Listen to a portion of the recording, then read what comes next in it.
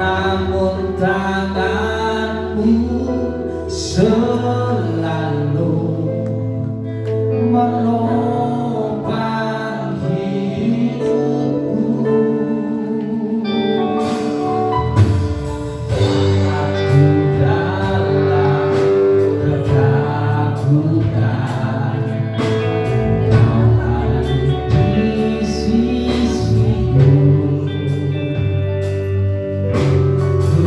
Berkata, jangan takut, Kau beriku kemenangan. Kaulah Tuhan,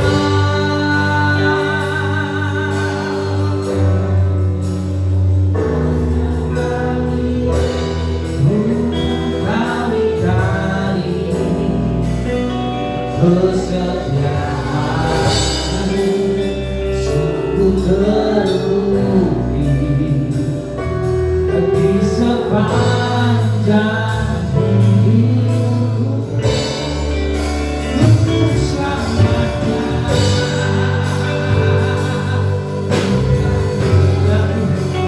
melayani, mengasihimu.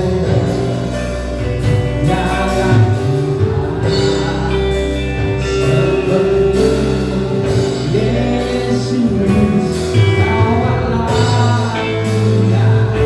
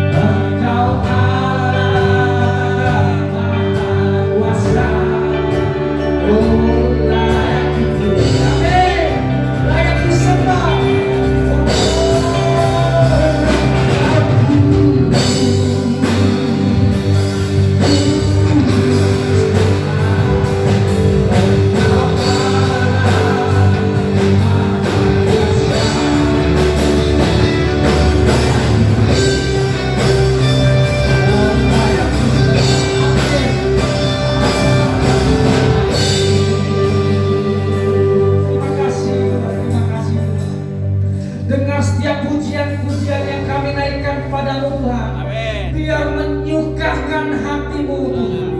Lihat pujian yang keluar dari hati kami Tuhan. Amin. Kami mau bersorak-sorai Tuhan. Di dalam nama Tuhan Yesus yang siap bersorak-sorai, katakan haleluya. Boleh kasih salam kanan kiri saudara.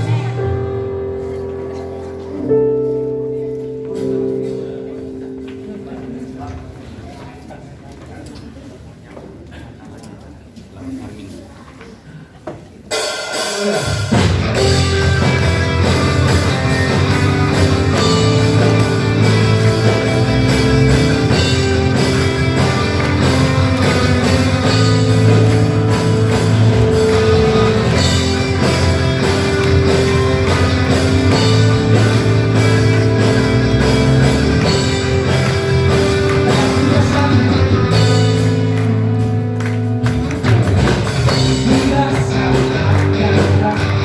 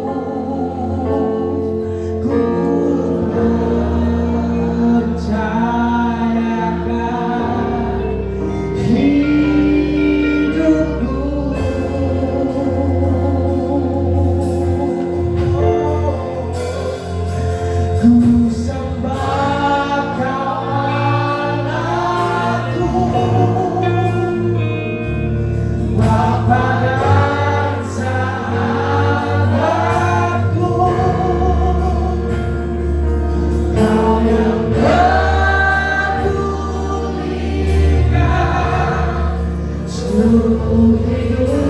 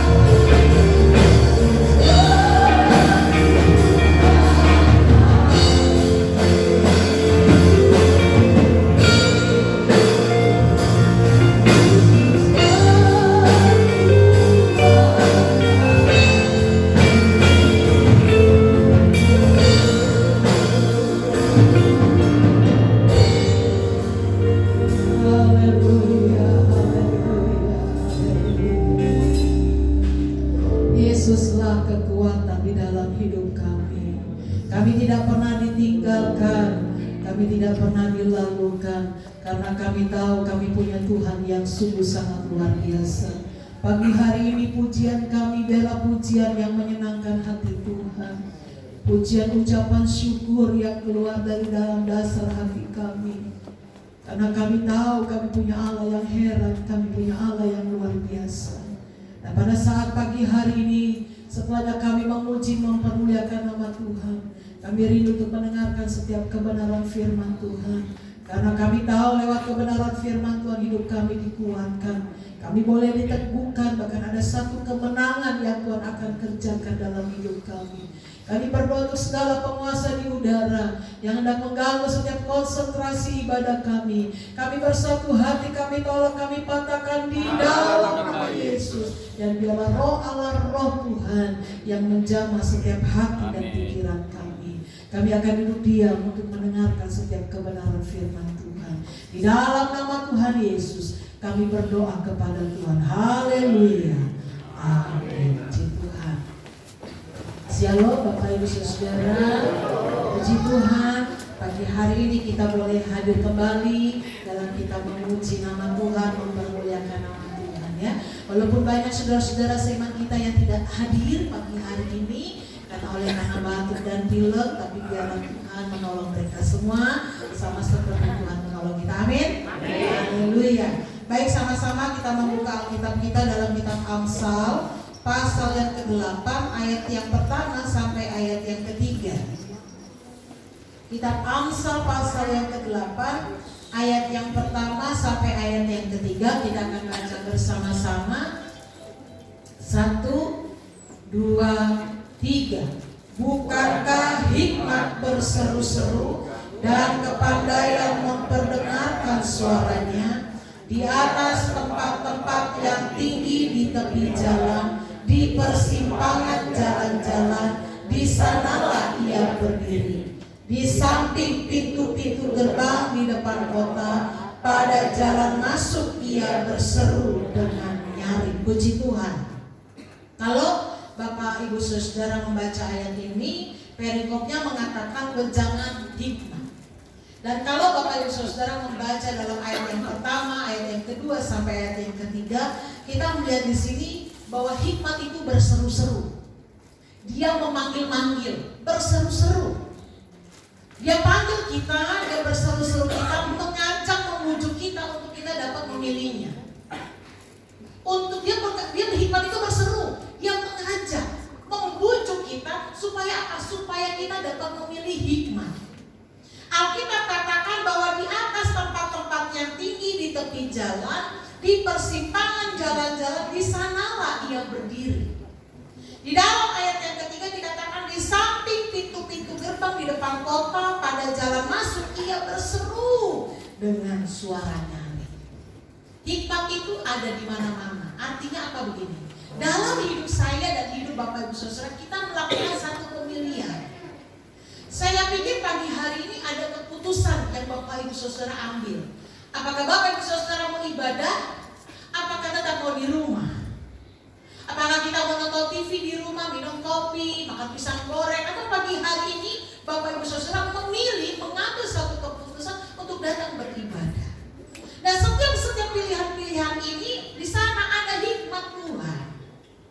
Dan saya mau katakan kepada kita sekalian bahwa hikmat ini memang berbicara tentang untuk kita dapat memiliki hikmat. Ini adalah pengetahuan tentang firman.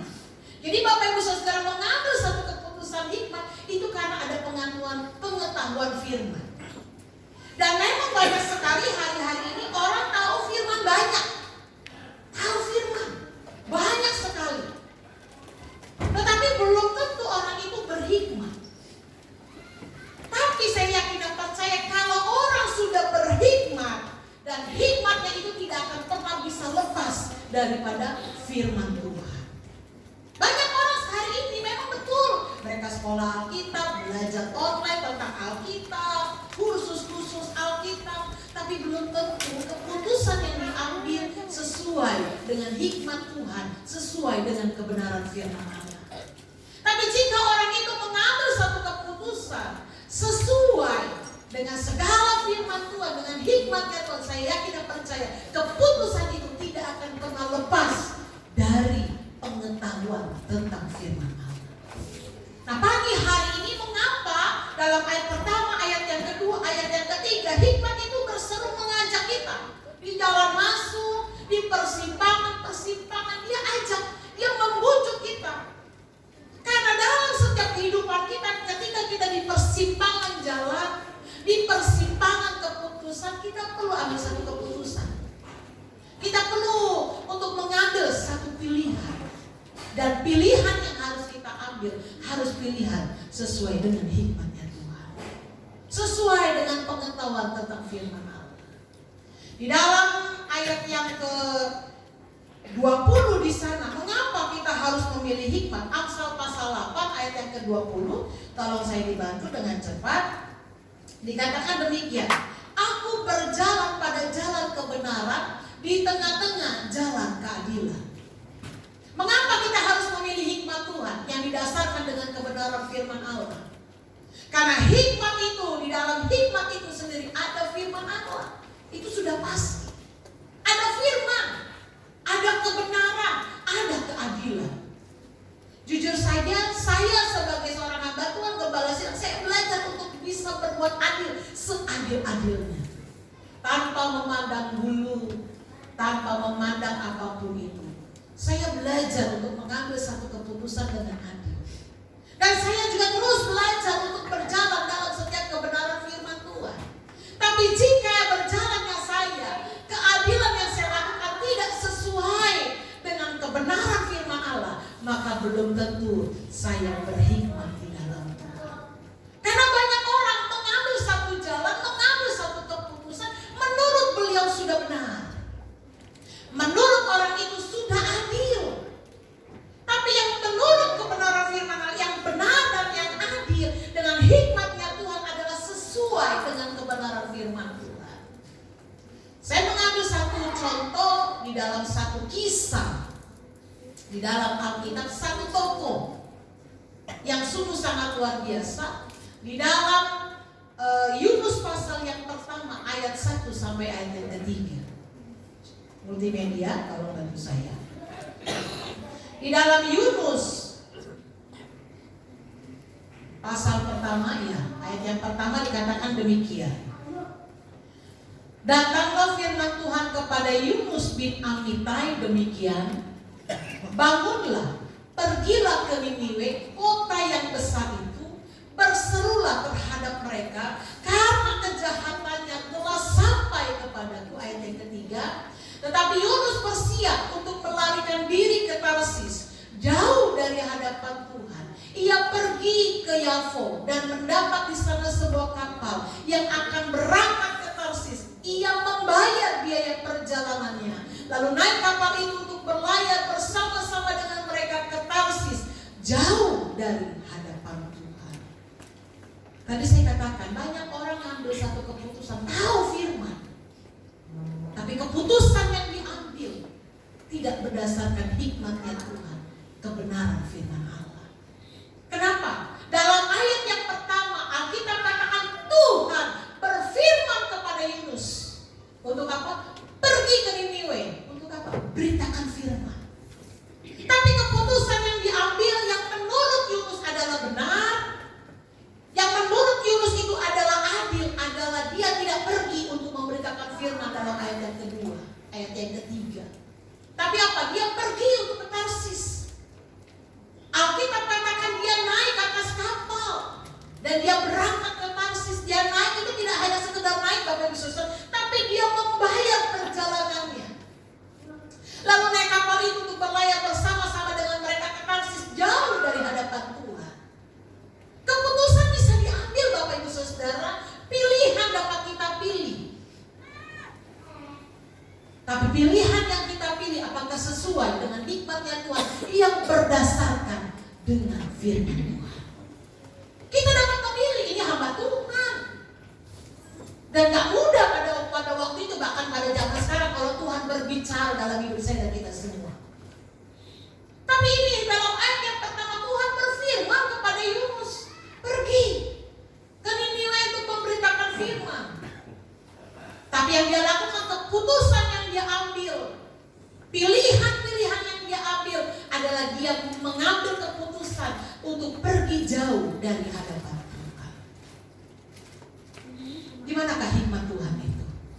Yang sesuai dengan kebenaran firman Allah. Saya yakin Bapak Ibu Saudara, hari-hari ini saya dan kita semua diperhadapkan dengan keputusan. Keputusan apa yang harus kita ambil? Dalam pekerjaan, dalam usaha, dalam apa lagi? Dalam kesehatan, dalam pergumulan hidup. Ada banyak orang lebih baik gak usah ke gereja, gak usah berdoa, gak usah apa lagi. Banyak sekali yang hari-hari ini orang ambil satu keputusan. Dan saya heran hari-hari ini sekarang ini sudah marah sekali. Apalagi waktu mau masuk di bulan itu Imlek, lebaran Imlek itu Bapak Ibu Saudara, mau masuk tahun apa ini, tahun kuda katanya. Wah, ada peramal di sini, ada peramal di sana, peramalkan. Bahkan ada yang bilang begini, saya mendengar satu ramalan bilang gini, gak boleh pergi ke kuburan. Waktu saya dengar ini, dia bilang gini, siau ayam gak boleh pergi ke kuburan. Lalu saya bilang begini, saya siau ayam, saya pendeta, masa saya gak boleh ke kuburan? Aneh. Tapi ini yang terjadi. Nah, kita harus mengambil keputusan. Kita harus ambil satu pilihan. Dan pilihan yang kita ambil harus hikmat daripada Tuhan yang sesuai dengan kebenaran firman Tuhan. Di dalam itu tadi ayatnya yang 1 sampai ayat yang ketiga, itu di persimpangan jalan di mana-mana itu ada panggilan, ada pujukan, ayo pilih aku, pilih aku, pilih aku. Pilih apa? Hikmatnya Tuhan. Karena hari ini banyak orang yang memilih keputusan, pilihan hidupnya sesuai dengan kepintaran, sesuai dengan kekuatan, sesuai dengan uang. Tapi pilihannya bukan sesuai dengan hikmat Tuhan yang sesuai dengan kebenaran firman Allah. Kenapa kita harus memilih hikmat? Adalah poin yang kedua. Karena dalam hikmat Tuhan membuat kita tidak salah melangkah. Itu dapat kita lihat dalam ayat yang ke-5 sampai ayat yang ke-6 dalam Amsal pasal yang ke-8 ayat 5 sampai ayat yang ke-6 dikatakan di sana, hai orang yang tak berpengalaman, tuntutlah kecerdasan. Hai orang bebal, mengertilah dalam hatimu.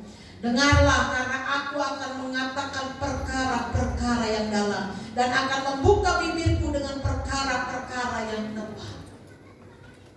Karena dalam hikmat Tuhan, waktu kita memilih hikmat Tuhan, saya yakin dan percaya keputusan yang kita ambil itu tidak akan menjadi keputusan yang salah, tapi akan menjadi satu keputusan yang tepat. Kenapa saya membawa pararannya sebagai dari Nabi Yunus? Kalau dia dipenuhi dengan hikmatnya Tuhan, saya yakin dan percaya keputusan yang dia ambil bukan keputusan hidupnya. Dia merasa Niniwe itu patut untuk dihukum. Dia merasa itu kebenaran. Kalau Niniwe itu dihukum, itulah adalah keadilan menurut daripada Yunus. Tapi Tuhan tidak pernah berdemikian. Tuhan mau Yunus pergi ke Niniwe. Dan apa yang terjadi Bapak Ibu Saudara kalau kita baca kitab Yunus? Dia tidur di tempat yang paling dalam, yang paling bawah. Dan pada hari itu terjadi badai yang sangat luar biasa di tengah-tengah laut. Saya seringkali beberapa kali naik kapal laut. Kalau angin itu kencang rasanya pusing, mual ya. Goyang terus gak bisa tidur, duduk pun susah. Jalan-jalan juga goyang-goyang. Tapi hari itu Alkitab katakan mencatat di sana, semua orang-orang yang ada di kapal buang itu apa? Bahan-bahan, barang-barang yang ada di kapal dibuang. Kenapa? Karena supaya kapal itu bisa tetap stabil dan tidak tenggelam. Kalau saya yakin dan percaya Yunus pada waktu itu berhikmat dengan sesuai dengan kebenaran firman Allah, dia tidak akan pernah mengalami kapal yang terombang-ambing. Dan kalau kita baca dalam ayat-ayat selanjutnya dikatakan mereka cari, ini kenapa laut bergelora? Ini kenapa terjadi ombak yang begitu dasar? Cari siapa yang bersalah. Dan pada waktu itu seorang yang ada di sana katakan bahwa ada orang yang sangat bersalah. Siapa? Yunus. Dicari sampai di bawah sama nakoda kapal. Ditanya, kenapa ini bisa terjadi? Ada apa? Siapa kamu? Kamu bangsa apa kamu? Dipertanyakan.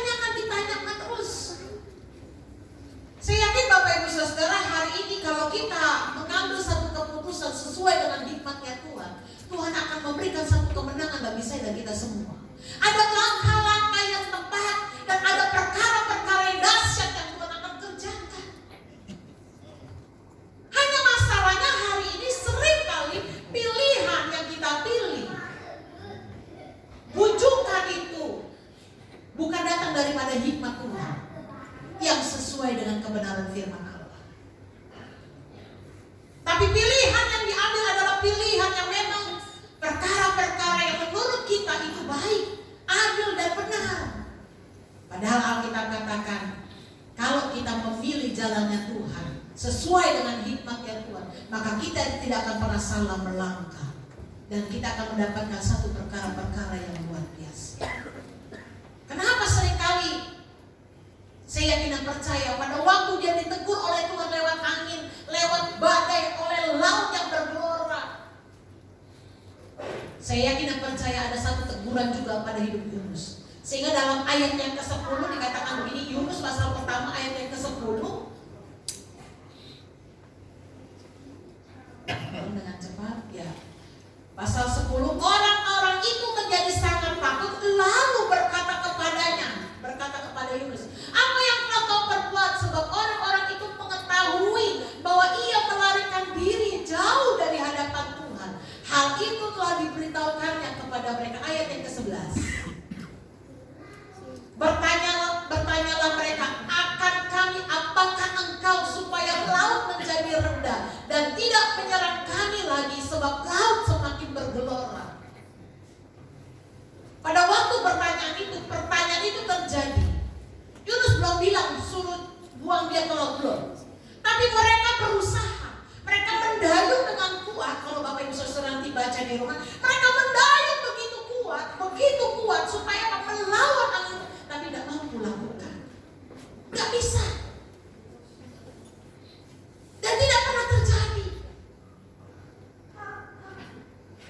Dalam ayat yang ke-10, ayat yang ke-11 mereka bertanya, apa yang harus kami lakukan? Tapi secara manusia mereka masih membela Yunus,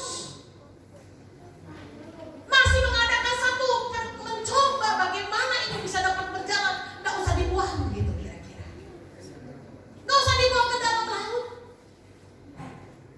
Kenapa kita harus mengalami hal-hal yang memang rasanya menurut saya dan kita semua, kita mengalami kesusahan yang dahsyat, mengalami jalan buntu, kita mengalami kesulitan, kesusahan, karena keputusan yang seringkali kita ambil, keputusan yang tidak berdasarkan dengan hikmatnya Tuhan, pengetahuan dari firman Allah.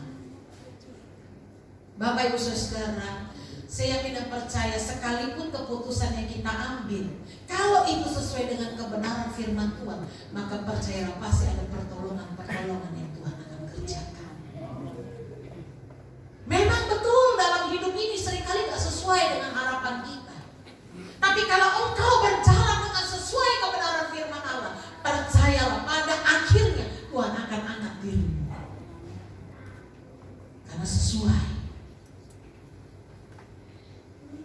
Dan dalam ayat-ayat yang selanjutnya dikatakan di sana, Yunus itu harus dibuang ke dalam laut. Waktu dibuang ke dalam laut, tahukah Bapak Ibu Saudara, angin badai berhenti seketika.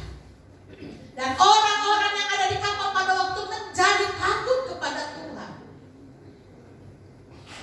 Kalau Bapak Ibu Saudara baca dalam kitab Amsal di sana, kita dapat lihat Bapak Ibu Saudara, pada waktu itu terjadi, waktu Yunus itu dibuang, semua reda. Dan Alkitab katakan dalam ayat-ayat selanjutnya, dengan disuruhnya oleh Tuhan ikan yang sangat besar makan Yunus. Dan Yunus harus berada berapa hari? 3 hari. 3 hari. Kesulitan. Masuk dalam perut. Saya tidak tahu apa rasanya itu dalam perut itu. Yang pasti nano-nano. Ya bau, ya gelap, banyak air. Kesulitan.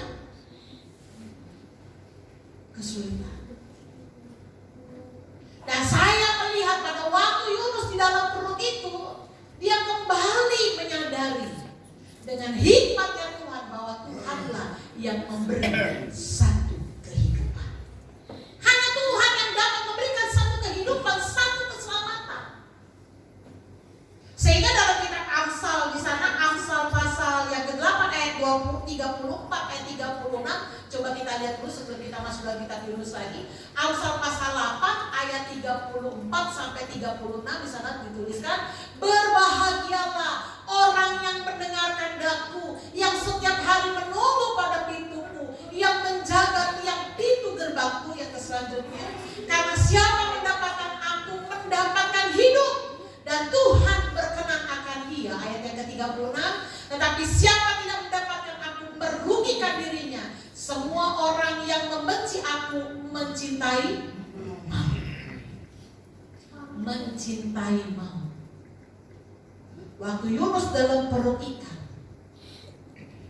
di hari-hari yang terakhir sebelum dia dimuntahkan, dibuang oleh ikan, dalam Yunus pasal yang kedua ayat 9 sampai ke 10, dia katakan keselamatan itu hanya datang daripada Tuhan. Yunus katakan dalam doanya, doa yang terakhir dalam perut itu, dia katakan, aku menyadari, aku sadar keselamatan itu hanya datang daripada Tuhan yang memberikan satu kehidupan. Bapak Ibu Saudara, beberapa waktu yang lalu setelah libur lebaran, saya melihat karena ada WA group itu dari saudara di Jakarta, dia pasang status lagi pergi jalan-jalan satu keluarga ini. Waktu saya status ini, saya bilang ini saya pengen datang. Saya tiba-tiba ingin datang dan berjumpa dengan keluarga ini. Lalu saya bikin janji pada waktu itu. Saya katakan saya hari Senin mau datang, karena saya pikir hari Senin itu saya ada waktu agak senggang. Lalu beliau katakan jangan hari Senin, karena saya masih di jalan. Hari Rabu, baik hari Rabu. Waktu hari Rabu saya bilang begini, tidak bisa ada ibadah. Saya bilang lagi sama saudara saya, tidak bisa hari Rabu. Hari Kamis pagi saya datang. Saya masak, saya bawa oleh-oleh, bawa bekal. Itu daerah Tanah Abang, saya naik kereta.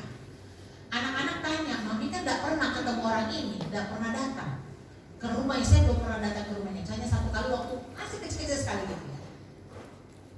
Tapi nggak tahu foreign, saya bilang gitu, mami mau datang. Saya bilang saya mau datang. Saya bawa makanan, lalu waktu jalan cari jalan alamatnya daerah Tanah Abang itu depan kantor wali kota. Saya begini dalam hati sepanjang perjalanan kereta sambil waktu cari, saya mau ngapain datang ya, saya mau ngomong apa. Saya juga bingung akhirnya tengah jalan itu. Saya nanti datang mau ketemu cuma bilang kangen atau bagaimana, saya bilang gitu ya. Tapi saya rasanya disuruh datang. Setelah sampai, kami masuk. Saya bilang saya ingin silaturahmi karena beberapa ini musuh. Saya belum mereka karena ini tante-tante saya. Lalu saya kasih yang saya bawa gitu ya. Lalu dia persilakan kami duduk ya, ngobrol sebentar. Belum ada 5 menit. Lalu kami dikasih air minum. Waktu dikasih air minum, saya baru mau minum itu air, dia bilang begini. Dia panggil nama saya, Christine. Iya, tolong doa dulu buat Cik Lina. Terus saya belum sempat minum, saya tahu lagi doa. Emang ada yang sakit? Saya bilang ada. Oh, ada yang sakit. Siapa? Saya bilang Cik Lina. Saya tak kenal, tapi mamanya saya kenal. Oh iya. Terus saya bilang begini, oh ini ya Tuhan suruh kayaknya nih saya kesini untuk doain orang ini. Dan tahu waktu saya di mana orangnya, di kamar belakang. Jadi saya dikasih masker. Saya juga bingung kenapa saya dikasih masker. Tidak apa-apa, cuma pakai aja masker. Saya tanya sakitnya apa? Liver, cuci darah, batu empedu nempel, ada diabetes. Oh ya, saya jalan ke kamar belakang. Saya lihat ibu ini kira-kira umurnya 55 tahun, ya, kecil, ditemani oleh mamanya. Mamanya saya tahu berapa kali bertemu, pernah bertemu. Ibu ini tiduran, pakai selang di sini. Itu badannya udah borok. Tangan sininya kalau dia pakai baju tangan pendek itu, badannya itu merah, biru, kayak mau busuk. Kiri dan kanan tangannya. Waktu diajak ngomong gak bisa ngomong. Saya tanya sakit apa, siapa gitu ya. Dia gak bisa jawab, ngomongnya gak jelas. Terus saya bilang begini sama Tuhan, mungkin ini Tuhan yang Tuhan suruh. Lalu saya nyanyi, Allah kuasa, Bapakku, kamu nangis, semua nangis, saya juga nangis. Waktu kami berdoa, Bapak Ibu Susah, saya berdoa. Saya bilang begini, Tuhan kalau Tuhan mau datang, Tuhan tolong. Tuhan berikan yang terbaik. Setelah berdoa amin, saya bilang begini sama ibu, jangan takut ya. Kalau Tuhan Yesus datang, panggil nama Tuhan, percaya kepada Tuhan ya. Percaya kepada Tuhan. Waktu sebelum saya berdoa memang saya bertanya, percaya kepada Tuhan Yesus gak? Percaya. Percaya kepada Tuhan Yesus gak? Percaya. Percaya gak kepada Tuhan Yesus? Percaya. Lalu dia mulai bernyanyi. Nyanyi, setelah nyanyi doa. Lalu setelah amin saya bilang begini, nanti kalau Tuhan Yesus datang, saya bilang, jangan takut. Panggil nama Tuhan Yesus. Iya. Setelah saya berdoa, saya duduk di ruang tamu karena saya baru nyampe. Saya di ruang tamu. Sementara saya baru ngobrol 5-10 menit, tiba-tiba di kamar ini nangis semuanya. Nangis. Saya bilang gini, ada apa di kamar kok nangis? Dan nanti saya jangan langsung Tuhan Yesus datang ya. Wah. Nangis. Lalu tante saya ini masuk ke dalam, dia kenapa? Oh rupanya dia berdoa. Yang sakit berdoa sampai nangis, teriak-teriak. Walaupun dia nggak tahu ngomongnya apa, nangis teriak-teriak. Saya cuma gini, udah saya pulang. Karena ini kan keluarga muslim, saya nggak bisa doain ya. Tapi saya dalam saya sudah doakan. Lalu saya pamit pulang. Saya bilang sama bapak gembala nyampe di rumah, itu ternyata ada yang sakit. Pantesan saya disuruh datang, suruh doa di situ. Terus hari Kamis itu akan hari Kamis, besok Jumat ada Jumat Agung. Sepanjang ibadah saya berdoa, Tuhan tolong kasih sembuh. Kalau Tuhan izinkan sembuh. Tapi kalau Tuhan mau panggil Tuhan, tolong. Kalau dia mau dilayani oleh saya, Selasa ya Tuhan. Karena saya bilang Jumat Agung, Sabtu nggak bisa, Minggu mau Paskah, Senin ada Paskah, jadi Selasa. Manusianya saya. Karena bapak-bapak nanya, gerejanya gereja mana nih? Ya nggak tahu ya.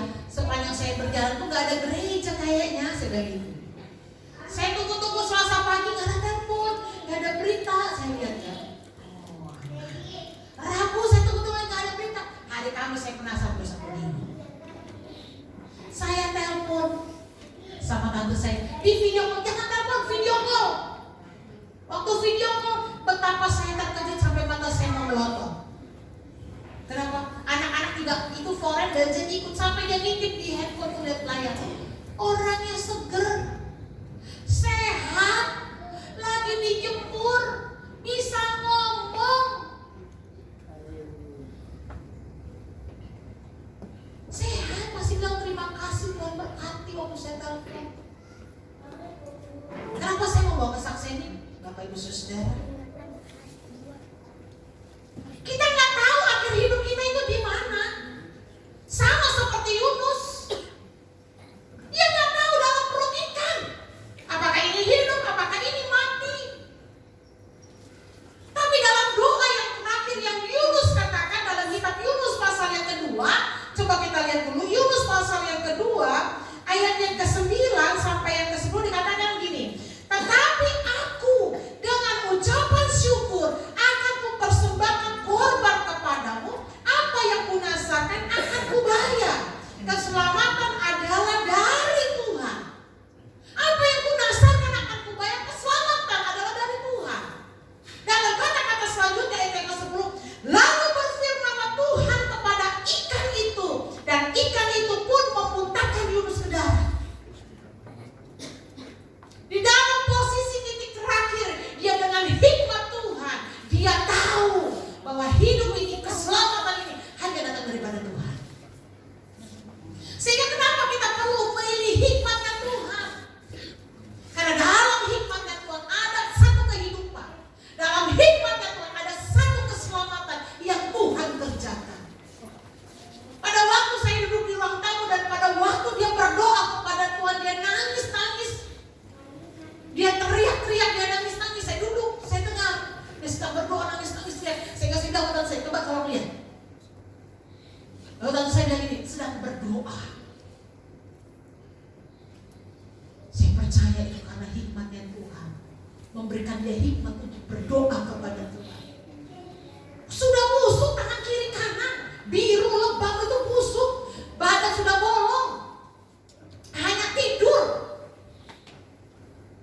Itu bau, Florence bilang bau kami ya. Pas saya pakai masker tapi kayaknya bau, saya bilang begitu. Tapi waktu hari Kamis, artinya 1 minggu kemudian, kan hari Kamis, dia bisa duduk, dia bisa ngomong, dia bisa berbicara. Walaupun menurut saya kayaknya Tuhan mau datang panggil dia. begitu dengan Bapak Gembala. Saya tunggu hari Selasa, tidak ada kabar. Hari Rabu tidak ada kabar. Hari Kamis waktu saya telepon, dia bilang tante saya, video call. Waktu video call, dia duduk di bangku lagi dijemur. Dia bisa tersenyum. Saya tanya, kamu gerejanya di mana? Cik Rina ini gerejanya di mana? Di Tomang. Memang tidak ada gereja dekat-dekat? Gak ada. Rumahnya Tanah Abang, gerejanya di Tomang, jauh. Saya bilang begini dalam hati saya, di Tangerang gereja banyak. Tinggal jemaat mau pilih yang A, yang B, yang C, yang D, yang F, yang G. Saking banyaknya itu gereja. Kalau di Jakarta susah. Nyari gereja dia susah, saya juga baru tahu. Saya pikir banyak gereja, susah. Di tempat beliau tuh satu lingkungan itu, pemukiman itu gak ada gereja. Yang saya mau katakan begini pada Bapak Ibu Saudara, pilihlah hikmat Tuhan yang sesuai dengan kebenaran firman Allah.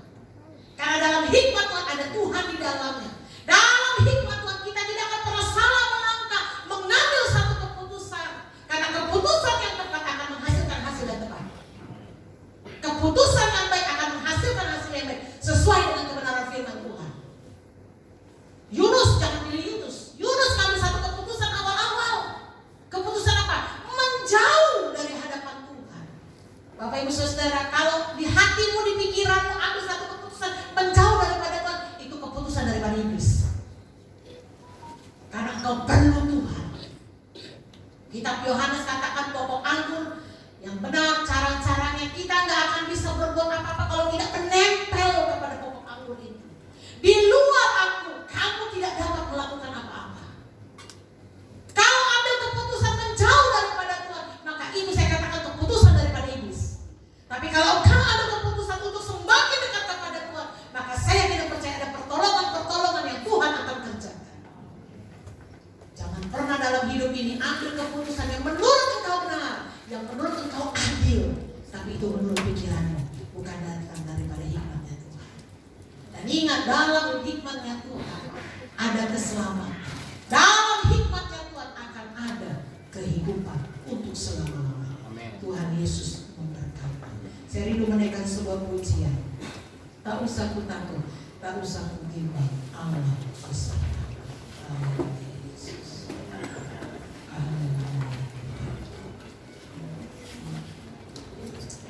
Haleluya Yesus. Haleluya. Terima kasih Tuhan untuk kasih setia. Haleluya Yesus.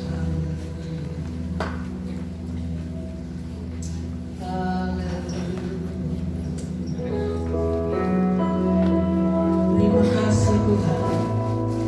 Tuhan kembali ingatkan kami untuk kami mengambil satu keputusan, satu pilihan, yaitu keputusan yang berdasarkan dengan hikmatnya Tuhan. Haleluya. Haleluya Yesus.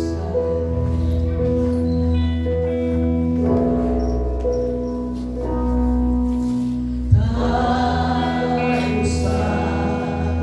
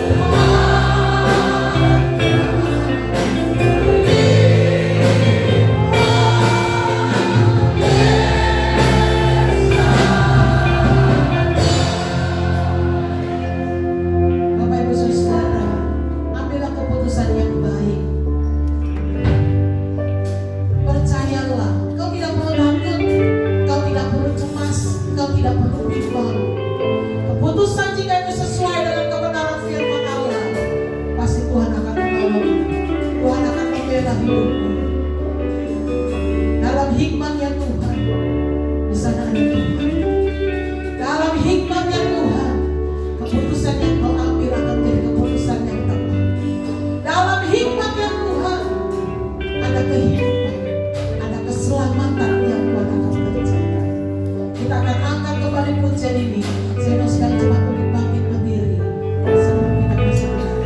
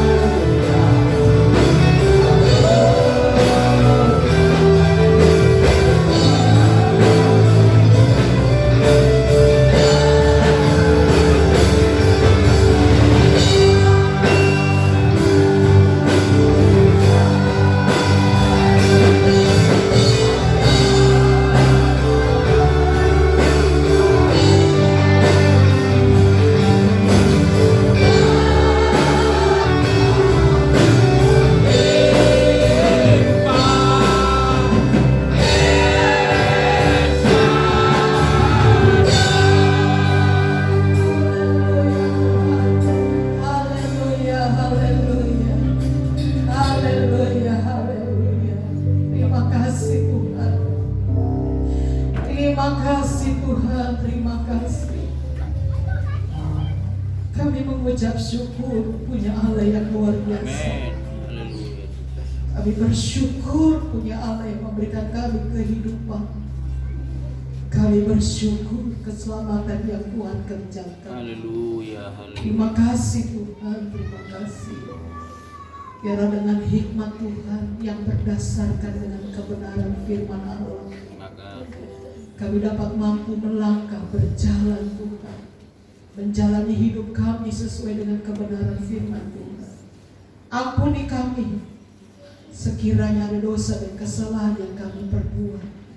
Layakan kami Tuhan, tolong kami Tuhan. Kami sungguh bersyukur kepada Tuhan. Amin. Dan pagi hari ini, Tuhan tolong seluruh sidang jemaat Tuhan, kami yang ada di atas, kami yang ada di bawah, kami yang di depan, kami yang ada di belakang. Kami percaya pagi hari ini Tuhan tidak lewatkan satu pun daripada kami. Haleluya. Yang sakit Tuhan sembuhkan, Amin. yang lemah Tuhan kuatkan, Amin. yang susah Tuhan berikan Amin. kemenangan. Haleluya. Tuhan berikan kami satu jalan keluar. Makasih, Kami Tuhan. percaya pertolongan demi pertolongan Tuhan akan kerjakan bagi hidup kami Amin. semuanya. Kami percaya Tuhan kebenaran firman menjadi pelita, menjadi terang dalam hidup kami. Sehingga ketika kami berjalan, ketika kami melangkah, ada tuntunan daripada kebenaran firman Tuhan.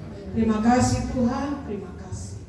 Di dalam nama Tuhan Yesus, kami berdoa kepada Tuhan. Haleluya. Amin.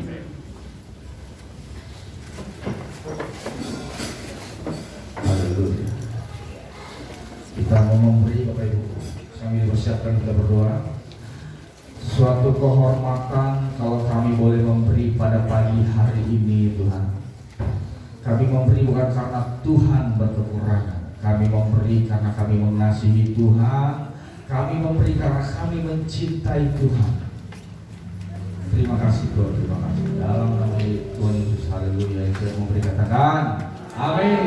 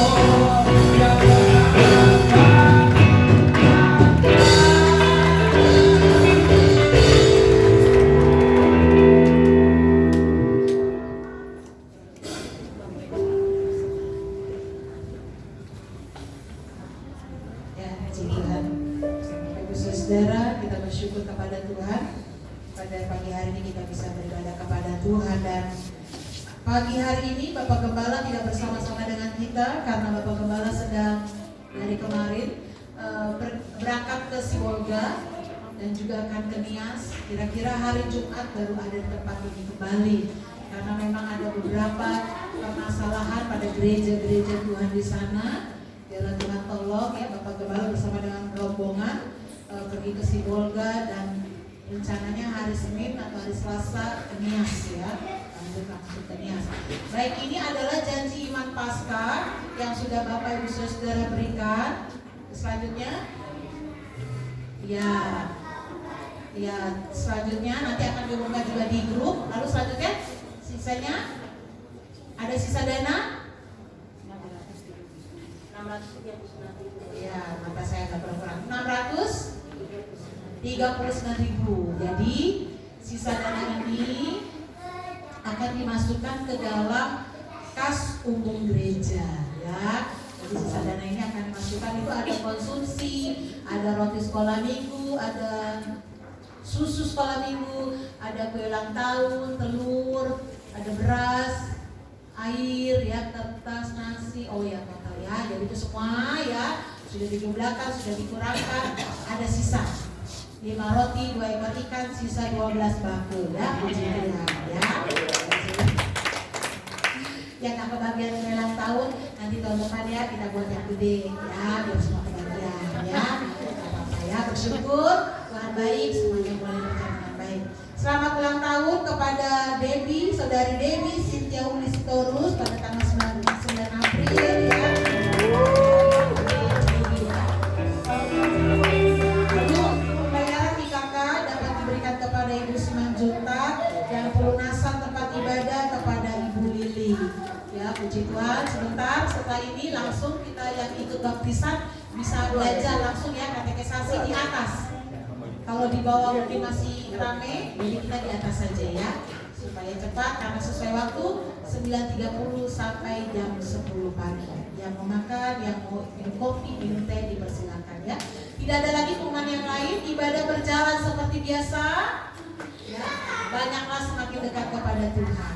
Ya, banyaklah berdoa kepada Tuhan. Saya percaya kalau latihan itu olahraga untuk tubuh, tapi ibadah adalah untuk lahirnya dalamnya kita, ya, lahirnya di dalamnya kita ini. Semakin supaya kita semakin kuat di dalam Tuhan, ya, semakin Tuhan memberikan pertolongan. Lalu jangan lupa jaga kesehatan karena hari-hari ini banyak yang sedang batuk pilek. Kalau batuk pilek lama, nggak cepat sembuh sekarang ini. Jadi jaga kondisi tubuh dengan baik, ya, supaya kita tidak kena batuk dan pilek. Ya, puji Tuhan. Tuhan memberkati semuanya. Saya membagi berdiri. Kita mengakhiri ibadah kita dalam doa. Kami memuji kebesaran-Mu ajaib Tuhan. Ajaib.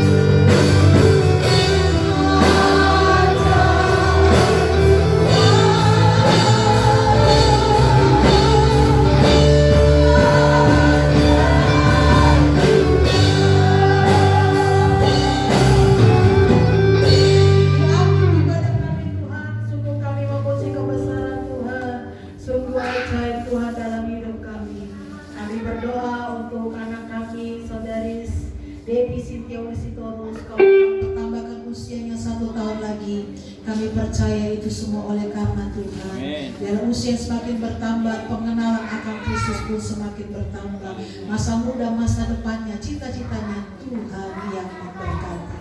Kami berdoa untuk saudara-saudara seiman kami yang sedang sakit mengalami kelemahan tubuh. Kami berdoa untuk Bapak Simanjuntak, kami berdoa untuk Bapak Mela Sigalinggi, kami berdoa untuk Bapak Diki, kami berdoa untuk Opung Bonar, kami berdoa untuk Mama Raffi, Ibu Maria, Saudara Charles Sukasoi. Tuhan tolong nyatakanlah kuasa Tuhan, sembuhkanlah mereka dari segala sakit dan penyakitnya.